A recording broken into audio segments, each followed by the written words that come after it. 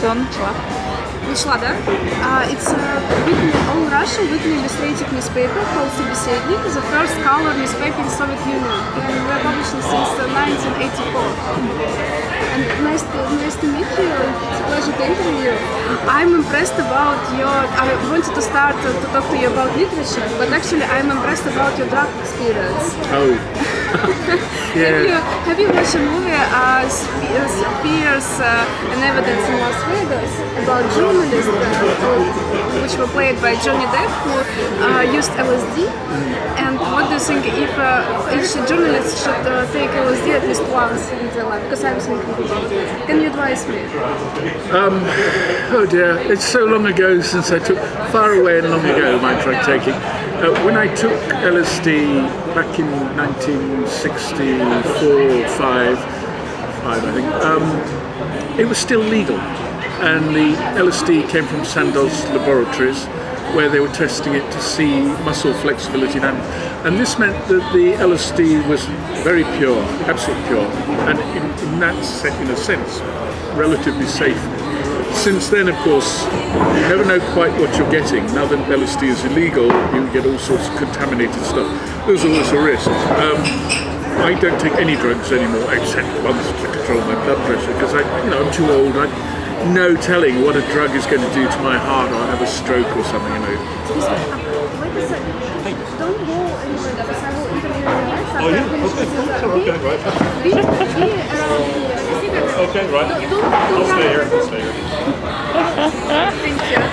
But do you advise, what do you think if each young person should take at least once all kind of drug just to get this experience, just to understand life better? Yeah, it's, in England in the 60s, it was very much a rite de passage. Yes, you should do this, you should go through the whole thing. I took a lot. I took what kind of drugs? Opium, heroin, cocaine, amyl nitrate. Really? Yes. But, I liked opium very much. And you didn't? Methadone. I abandoned all of them. I very nearly got addicted to methadone, which is a very, very dangerous drug and a very stupid drug. How did you manage not to be addicted by heroin? Because it's a very Well, I only skin popped it a couple of times, so I was pretty cautious. Methadone I very nearly got addicted to, but happily I had to go abroad, and when I was in another country where I just couldn't get hold of it. It's gone. So anyway, it was a rite de passage, and there was this whole belief at the time, because of the literature produced by Timothy Leary and this thing called the psychedelic experience according to the Tibetan Book of the Dead, and all sorts of rubbish written by the Dr. R.D. Lang, and a whole raft of quasi-mystical, Aldous Huxley and LSD. And there was a belief that you might be getting in touch with something serious and mystical. It might reveal some basic truth about life, or the hidden meaning of life. These days, of course, drug taking is completely different. There's a huge amount of it in South London where I live. But it's just taken for people to have a good time at the dance. That didn't exist. No one had thought of doing that. What was the drug you enjoyed the most? LSD was pretty good, although I think it follows a parabola. You start out with a rather faint experience. The second time is much more full blast and technicolor and throbbing, and it's supposed to be full of Indian gods and extraordinary. And then it's like, as you keep going with LSD, my experience as it gets more and more sinister, you start to get bad trips. But I liked opium because as it starts out, it's rather subtle though. I'm surprised that you don't hide this part of your biography, because you know that you can inspire people to try all of these drugs. They will think like this cool writer used drugs and he's quite cool, so we will do the same. I'm telling people it's a waste of time. It goes nowhere. The book says it. There wasn't any truth in it. It didn't go anywhere. I can't say it wasn't fun. As much as anything, it was a social thing. It was like having tea with someone. It helped one get to know people, made one part of a gang. It gave one something to talk about. But the downside of it is all these drugs seem to have built into them a kind of paranoia. One starts to fantasize that the police are coming close, and that the person you're smoking the drug with is an informer, or he may be something worse. He may be the devil in disguise if you're having a very bad trip. So the bad trips come faster and faster. And indeed, I saw one of my friends. I didn't see him, but he died. He died choking on his vomit. Another one leapt off a bridge and ended up paralysed from his waist down. Another one went mad. It's not encouraging signposts.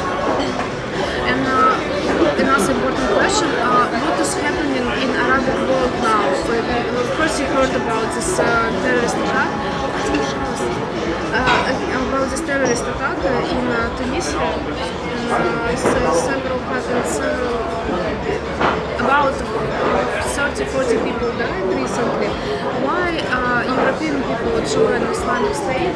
What do you think about it? Why all of this happens now? There isn't a simple answer.